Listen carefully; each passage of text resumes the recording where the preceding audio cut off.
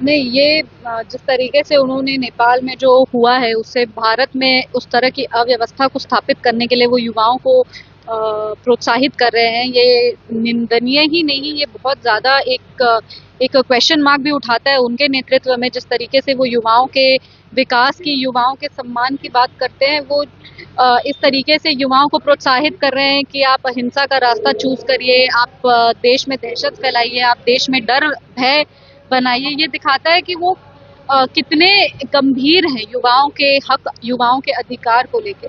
ये बहुत ही ज्यादा दुर्भाग्य की बात है कि हमारे देश में एक ऐसे नेता भी हैं युवा के, जो युवाओं को ही अंधकार की ओर ढकेलना चाहते हैं, सिर्फ एक बार नहीं, बार बार। तो वो ये इस तरीके से वो क्या स्थापित करना चाहते हैं कि जिस तरीके से नेपाल में लोगों की हत्या हो गई, जिस तरह से नेपाल में अव्यवस्था हो गई, जिस तरीके से नेपाल में लोग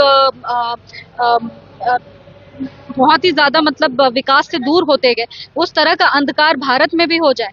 हर समय ये आतंकवादियों के साथ अपनी सहानुभूति रखते हुए भारत की अखंडता पर जब भी कोई वार होता है, भारत की एकता पे कभी जब भी कोई वार होता है, उसके प्रोटेक्शन में ये लोग आ जाते हैं। जब भारत में सब कुछ अच्छा चल रहा होता है, जब बिहार में सब कुछ सम्मान से चल रहा होता है, तो ये चाहते हैं कि वहाँ पे अहिंसा हो जाए, सब अव्यवस्था स्थापित हो जाए। ये बिल्कुल ही गलत मैसेज युवाओं को देना चाहते हैं, और अपने आप को अगर युवा नेता कहते हैं तो उनको शर्म आनी चाहिए कि उन्होंने ऐसी बात कही है।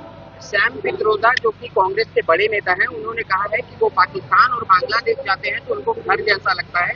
कांग्रेसियों को हमेशा आतंकवादियों के साथ ना सहानुभूति ही रही है, ये बात सच है। 2001 में अफजल गुरु को बेनिफिट ऑफ डाउट किसने दिया? हर बार आतंकवादियों के तरफ इनकी जो रुझान है और जो इनको सहानुभूति रहती है, वो दर्शाता है कि इनको पाकिस्तान घर जैसा लगता है। और भारत में जेनजी का जो प्रोटेस्ट है वो चाहते हैं कि भारत में हो, और पाकिस्तान इनको घर लगता है। तो आप खुद ही सोचिए कि कांग्रेस पार्टी की सोच क्या है। तेजस्वी यादव अपने यात्रा पे कलम बांट रहे हैं, वो भी कलम फेंक रहे हैं, वो कलम बांट नहीं रहे हैं। और अगर आप कलम बांट रहे हैं तो अच्छा है, कम से कम दे रहा है, दुरुस्त है। अपनी शिक्षा को तो कभी गंभीरता से लिए नहीं, किसी और की शिक्षा के बारे में बात करें, ये अच्छी बात है, लेकिन कलम फेंकना क्या होता है? बिहार की धरती में सरस्वती माँ का सम्मान होता है, हम लोग सरस्वती माँ को पूजते हैं, कलम का हम लोग पूजा करते हैं। जिस तरीके से वो फेंक रहे हैं, यही गंभीरता उनके पिताजी ने दिखा दी होती तो बिहार के कितने सारे युवा पढ़ लिख लिए होते। लेकिन ये देखिए कि अगर बिहार में युवाओं की शिक्षा की किसी ने बात की, अगर एक सुरक्षित समाज बनाया है, सुरक्षित इंफ्रास्ट्रक्चर बनाया है, तो वो हमारे माननीय मुख्यमंत्री श्री नीतीश कुमार जी और यशस्वी प्रधानमंत्री श्री नरेंद्र मोदी जी हैं। तो अब ये कलम फेंक फेंक के जो करना चाह रहे हैं वो नहीं होने वाला है। जिस तरह से वो कलम फेंक रहे हैं, लोग उनको जरूर बताएंगे कि शिक्षा का क्या मूल बिहार में।